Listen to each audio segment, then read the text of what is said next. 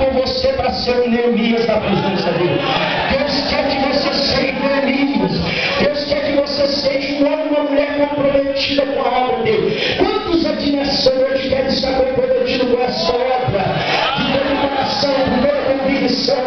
Quantos aqui acreditam que Deus te chamou para um negócio? Levante a tua mão aí e vai glorificando, vai adorando a Ele, porque Ele está aqui. O Deus de Neemias está aqui nesta noite. Pois bem, então, quando nós falamos de comprometimento, quando nós falamos de grande obra, nós temos que entender uma coisa. Todo mundo, pastores, que é chamado para uma grande obra, ele tem que ter uma certeza no seu coração, que ele muitas vezes passará na sua vida maus bocados. Ele tem que ter certeza de uma coisa, que a sua vida muitas vezes vai ser uma vida de adversidades.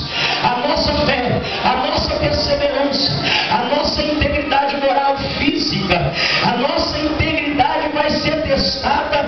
E eu quero dizer para você que vai ser testada no máximo. É bom que você aprenda uma coisa, que a todo momento, como disse o apóstolo Paulo, nós seremos entregues às agruras, às perseguições, oriundas muitas vezes daqueles que não querem nos ver sermos bem-sucedidos na obra de Deus.